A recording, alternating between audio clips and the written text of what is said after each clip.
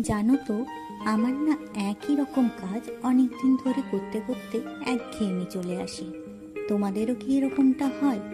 অনেক দিন ধরেই আমি একই রকম কাজ করে যাচ্ছিলাম, তাই খুব ইচ্ছে হলো একটু অন্য কিছু ট্রাই করার। আর বাড়িতে তো অনেক পুরনো জিনিস রাখাই থাকে, তাই আমি খুঁজতে খুঁজতে একটা কপারের বোতল পেয়ে গেলাম। বোতলটা বেশ পুরনো হয়ে পড়ে আছে, তাই ভাবলাম এই পুরনো বোতলটাকেই একটু নতুনভাবে সাজাই।